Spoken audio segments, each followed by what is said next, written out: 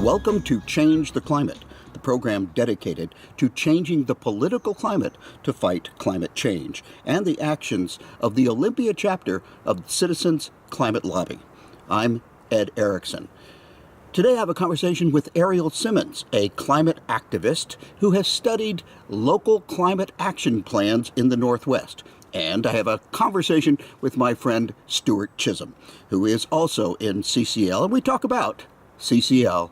We start by congratulating Airielle Simmons. You got your master's degree. I got my master's degree. And so you joined the club. Have you learned the handshake yet? Are you part of the club? Yeah, I'm part of the club. Oh Here, gosh. do this and then... No, never mind. Oh.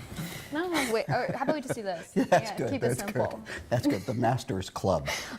So your thesis, let me see, it was on CAP, is that what they are? Yeah, so CAP stands for Climate Action Plan.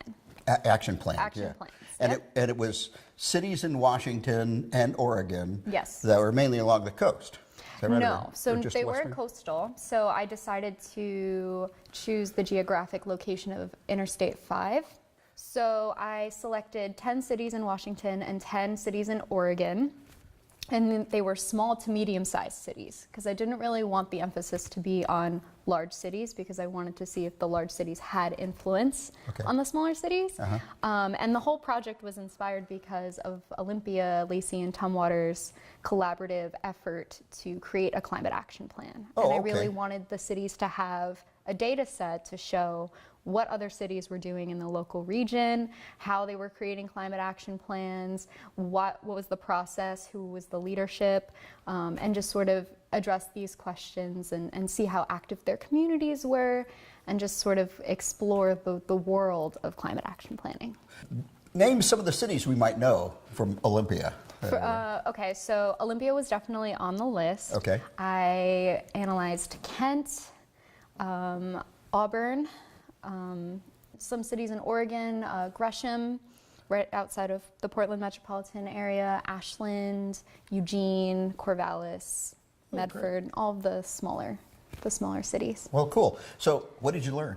How do they form an action plan? And how do they decide to go about this? So there's a couple different dynamics in place for climate action planning. One major component of the formation process is vulnerability and a vulnerability assessment. So how vulnerable a community and its resources are to climate impacts. So drought, wildfire, sea level rise in Olympia's case, and a lot of other kind of vulnerability components.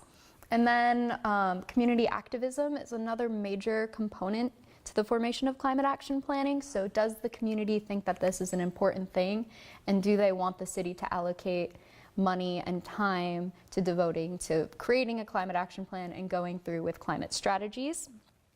As well as for cities, the worry of population growth and increase and how that will impact the natural lands and environment, and how will that also impact the community and public health is another major component. So there are a lot of different facets that go into the climate action plan forming process. So they form a climate action plan, and then it's voted on by the city council or whatever to initiate that. Is that true, or is that what?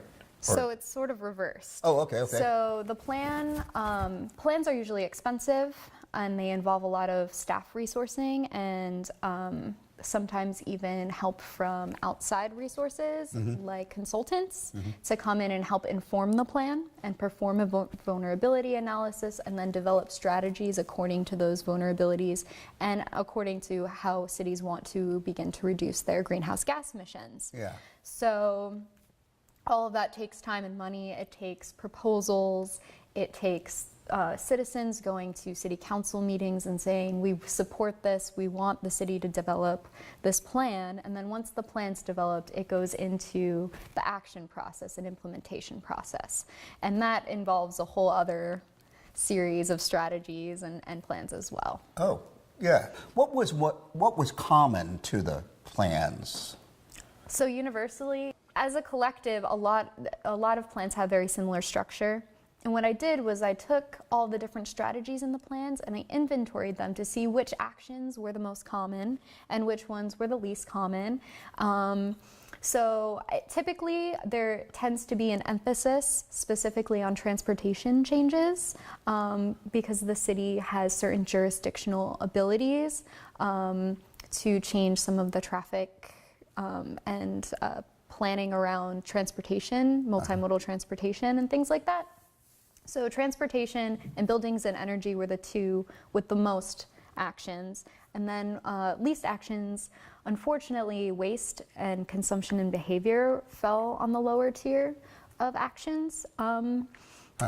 Yes, I know, which is definitely something that cities should be keeping in mind as they are either going through and reestablishing and renewing their climate action plans, or cities that are now creating climate action plans.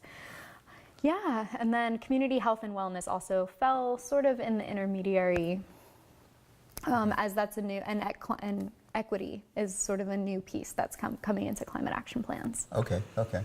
So, so do they have? Would they start with the vision of what could happen or what might happen, and then go from there? Right.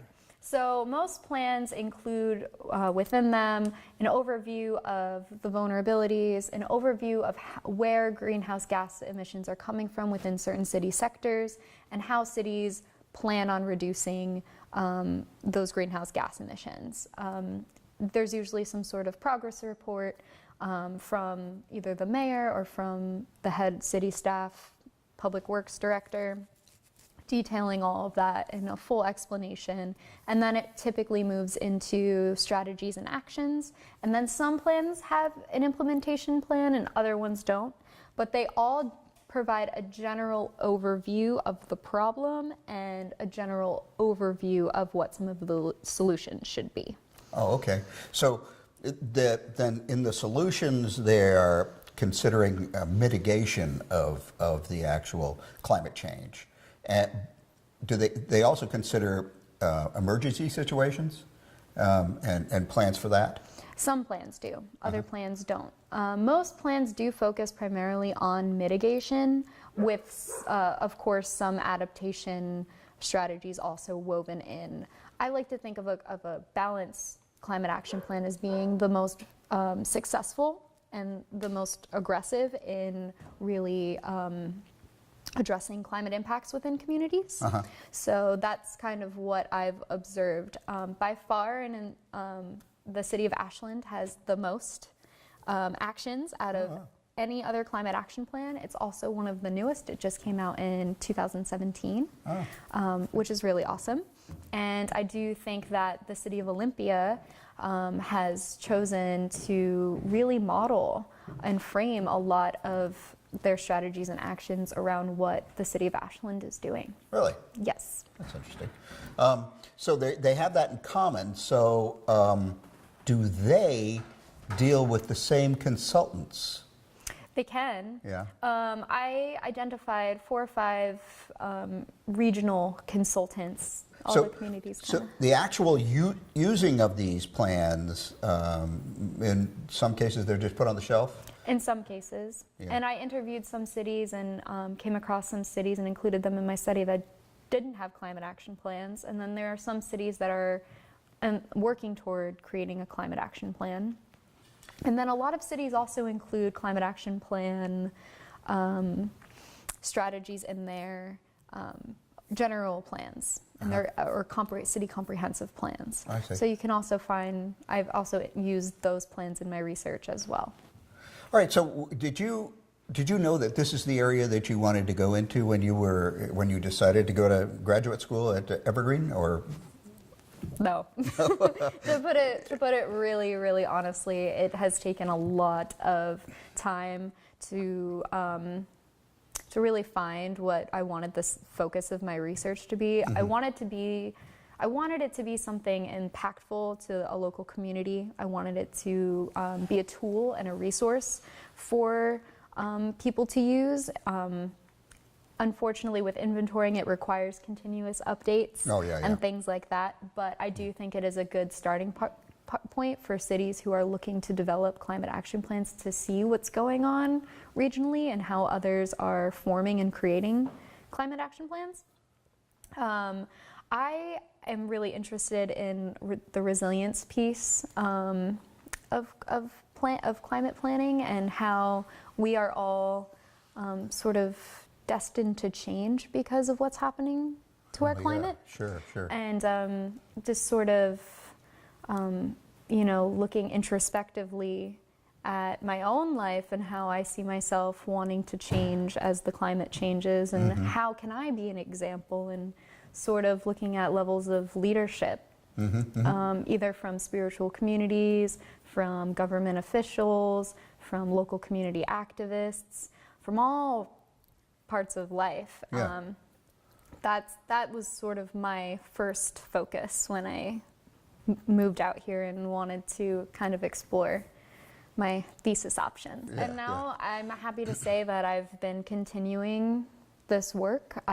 Just the other day, I spoke at a county commissioners meeting, urging them to accept the climate targets that were originally adopted from organizations like Climate Solutions. What city was that in? So this was at the Thurston County Courthouse. Oh, okay. And I testified there, and they unanimously passed them. Oh, good. Yes. Excellent. Yeah, Great. it was great. That was one of my questions was going to be if they've been interested in your work, yes, they come back. Yes, and now I am still continuing to pursue. One of the things that I really took away from my thesis was that decisions made at the state level are really crucial for what happens at the city level. And that state laws and state regulations have tremendous influence in the way that cities change.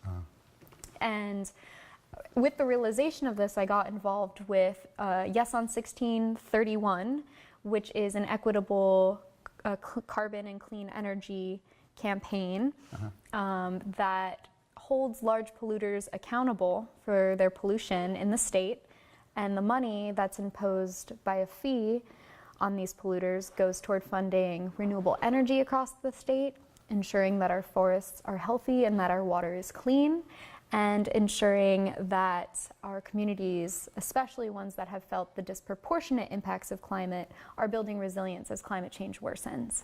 And I am the newly appointed Thurston County field organizer for the campaign. So I am going to be leading a canvassing effort throughout the county to make sure that people understand the importance of this initiative in our state and in their individual lives, and hoping that people really vote yes on 1631. And it'll be on the ballot in November? It will be on the ballot in November. Great. Yes, thanks to a number of incredible volunteers. As I'm doing all this thesis work, I'm also out at Trader Joe's at 10 in the morning asking people to sign an initiative. And I'm standing there thinking like, I should be writing right now. You should be writing, But it's so important, especially for people in the academic world, to also participate in activism in the real world. It's been it's taken me longer to finish and complete my thesis than I would have liked. But at the same time, I've established all of these incredible connections with these miraculous people, and have really found a sense of purpose in the actual research, which is so exciting. And it's Olympia is a great place. Olympia is a magical place, and it's deserving. Look at it. It's deserving of protection. It needs to be protected. Yes. And one of those things that is really showing up now is the problem with the droughts and the forest fires, and those are right now. It seems like the entire northern hemisphere is burning, and so that, I imagine, would change the plan. If you have to focus on forest fires, you're not going to focus so much on whatever else, the flooding or something, right? Right. And that's, you just identified a really core component of climate planning. and that is being able to be adaptable to changes. A lot of times when city governments form plans, it's a long process, it takes several years, and then they're locked into a stringency of time in those plans. And a lot of times the plans just go untouched and unedited. And with climate action plans, there needs to be a sort of change in that paradigm. And people, especially city governments and people who are interacting with the changes in the plans, should be continuously updating them and reforming them and reconfiguring them. Living documents, that's what they're called. The climate change itself is a problem that the world is facing and has never faced before. Right. So you've been interested in the environment for a long time? A long time. Yeah. And what inspired you to get into the preserving the environment? That's a really, it's gonna sound crazy. And so at the sake of sounding like an insane person, I want to say ever since I was a little girl, I remember the moment I realized it. I just sort of looked around. I must have been 7, 8, and cognizantly saying something is wrong. Something was just telling me something was wrong, and nothing was wrong. Actually, I was in a fine environment, with my family. And ever since then, as I kind of grew up, I've always had that feeling, and I've always just paid attention to nature. And then in high school, 2008, Al Gore's Inconvenient Truth came out, and I felt as though I saw it in my living room with my grandmother, and I felt as though I just had this overwhelming confirmation of everything I've ever known. I just remember making it a point to do something about it then and there.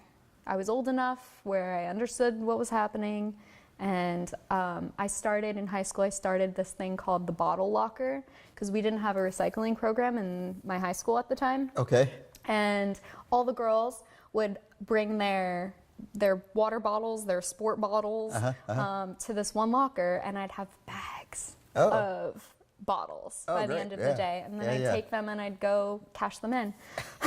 It was a good little way to get some income, and I was doing something good for the environment. I started a green club in my high school, and ever since then I've just been a spearhead for environmental stewardship. People didn't think you were a homeless person with all those bags. No, I had my schoolgirl uniform on, and I'm just carrying these bottles down the street.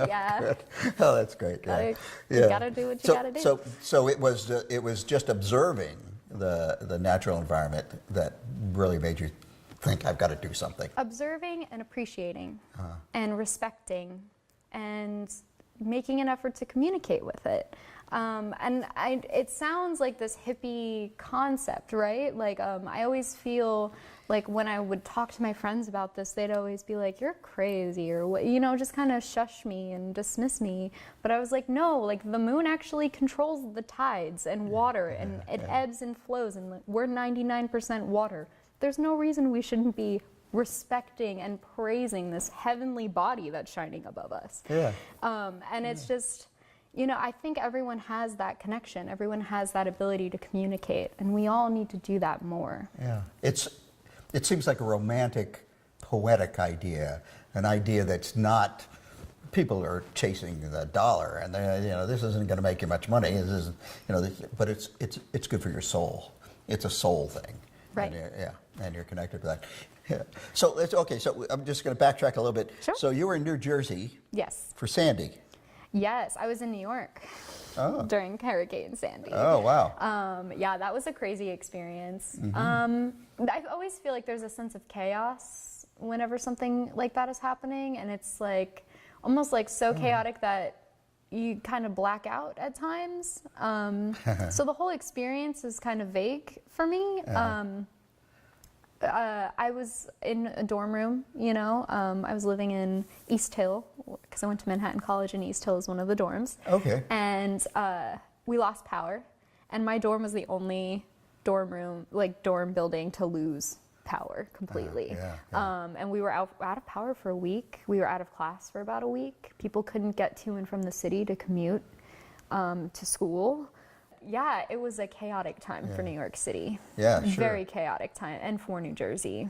And a powerful lesson for people. Yes. And it has made a difference. And that's the kind of thing that's going to continue to happen, I assume. I mean, we're resilient beings. Yeah.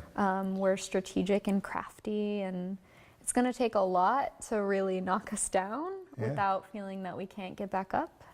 But I definitely am optimistic that a lot of the decisions that we make now, collectively, together, and peacefully, will make the biggest difference for the future. Yeah.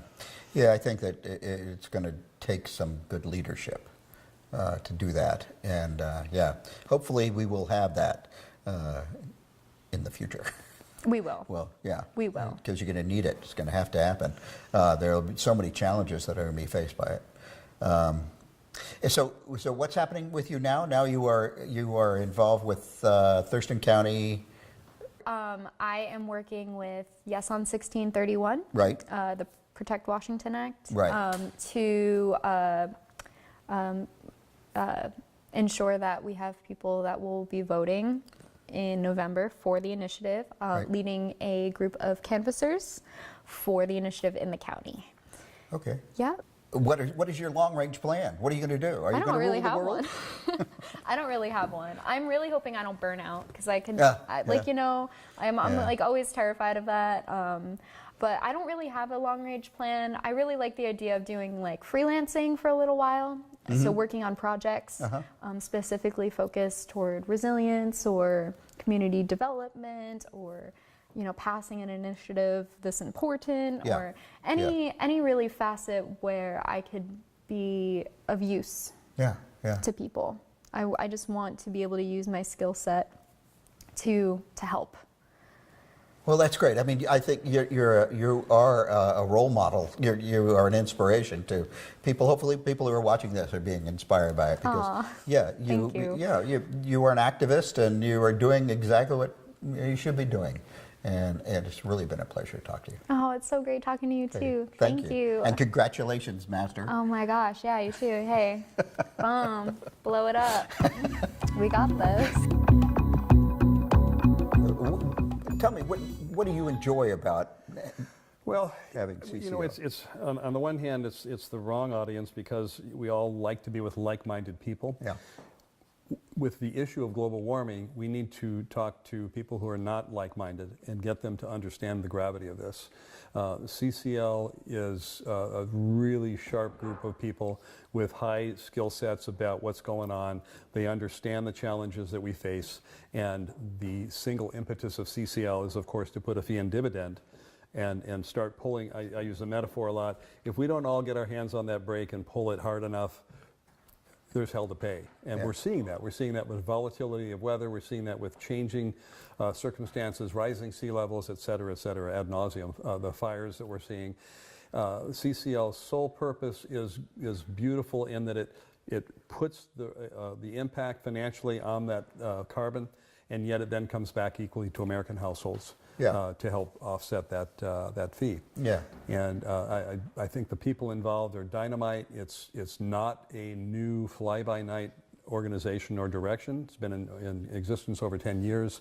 And we had hoped to have a bill tabled in 2017 before the outcome of that election last. And so we're obviously having a lot of catch up to do since then. Yeah, and there's still hope. And that's one of the things that's nice about Citizens Climate Lobby, is they have a positive attitude. Absolutely. And they don't dwell on the negative.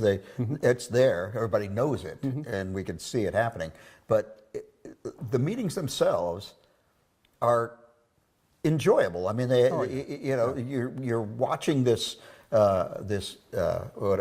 video conference that is all around the nation. There's 42 or more than that chapters that are all checking in. Oh, many more than that. Practically 42 states involved at this point. Yeah, right. That's it. But and the range of speakers, and granted, that's just the tip of the iceberg about what CCL is about. Is that video conference call we're all joining in our monthly meetings, the beauty of that is the range of speakers. I've seen people speaking from national security direction who get it. They understand that if we don't get this right, you think of the disenfranchised, and so how many people are living on coastlines that'll be impacted just by the rising sea levels, and famines from changing weather patterns, et cetera. And if you look at it from the gravity of it, then we'll all want to take too many sleeping pills and say I quit. And that's not the solution. It's really to realize the gravity of it and be proactive and positive. And that organization is solely about positive action and not dwelling on the consequence if we don't. Right. Because what's the point? I mean, if the plane's going down, you might as well have another drink. I'm sorry, but do something, to make it better. And that, and I'm not going down with a plane. No. So we're fighting that fight with CCL. Yeah, and one of the things about CCL too is that, well, as we all know, especially at our ages, things change. What you are aiming for, the target moves. And so whoever is out there, everybody is going to face it some way or another, and it's not going to be what they think it's going to be. It's like the people who say, oh yeah, sea level rise is great because I'm going to have waterfront property. Well, no, you're not going to have waterfront property, and it's not going to be as pleasant as a beach. Yes. One of the speakers, in fact, at one of our CCL meetings was a Florida politician, and one of his arguments was, telling some of his contemporaries, say, hey, if you don't get on board with this, I'm going to come to your district and work against you there, because this is our concern more so than anywhere else, at least for in his opinion, from the state's standpoint, because of the sea level of Florida is, what's the highest point in Florida? It's probably something that Disney built in Orlando. I don't know what it is. And it's not very high. And the consequences are going to be great, aside from the impact of the increasing volatility of the storms and hurricanes. So one of the reasons that I am involved in this is because I was born and raised and lived for decades in Miami. And that's a city that's going to be underwater. And there's no two ways about that. And I don't want to see all of I've been in the Everglades. The Everglades is just an incredibly beautiful place. And it's going to be all underwater too. And salt intrudes on that, and those mangroves are not going to be able to survive. So that gets to me that Florida is not right on the leading edge. It should actually be. And actually there are some politicians who are that way and working that way. It's almost like you look at an indicator species. Well, Florida could possibly be considered an indicator state with how quickly it's going to be impacted. I know, like I've snorkeled with the manatee in Florida, and that they've survived this far is amazing. Short of the propellers that they're always being tortured with, they have to live in this very, very narrow band of water temperature, and they go out into the salt water, and then they come back into the Crystal River, and it's miraculous they've survived. And for that matter, look at our orca practically out the window here. The salmon habitat is not what it was, and they're dependent on that for food. They don't find something else to eat, and they're failing. And they'll be gone in who knows how many years. And people can change. That's one of the things about why we have survived as long as we have and been as successful as we are. We change. We can change where we're living and the environment that we live in, the bedroom as it is. And we can continue, and we will do that. We will do that. But we will be changing our world so much that animals and plants that can't move, like the redwoods, the coastal redwoods, are not going to have the time to move up the coast through Oregon and Washington in order to do it, because it's happening too quickly. So. And we have opposable thumbs for a reason. It's hitchhike out of town or grab a tool and get to work. Well, we need to grab the right tools right now and get on this, and that's what we're trying to do with CCL for sure. And on that note, thank you, Stuart. Thank you. Thank you. My pleasure. If anything in this program has inspired you to get active and you would like to join the Olympia chapter of Citizens Climate Lobby, we meet the second Saturday of every month at the Olympia Center. So join us. I'm Ed Ericsson. Thank you for joining me on Change the Climate.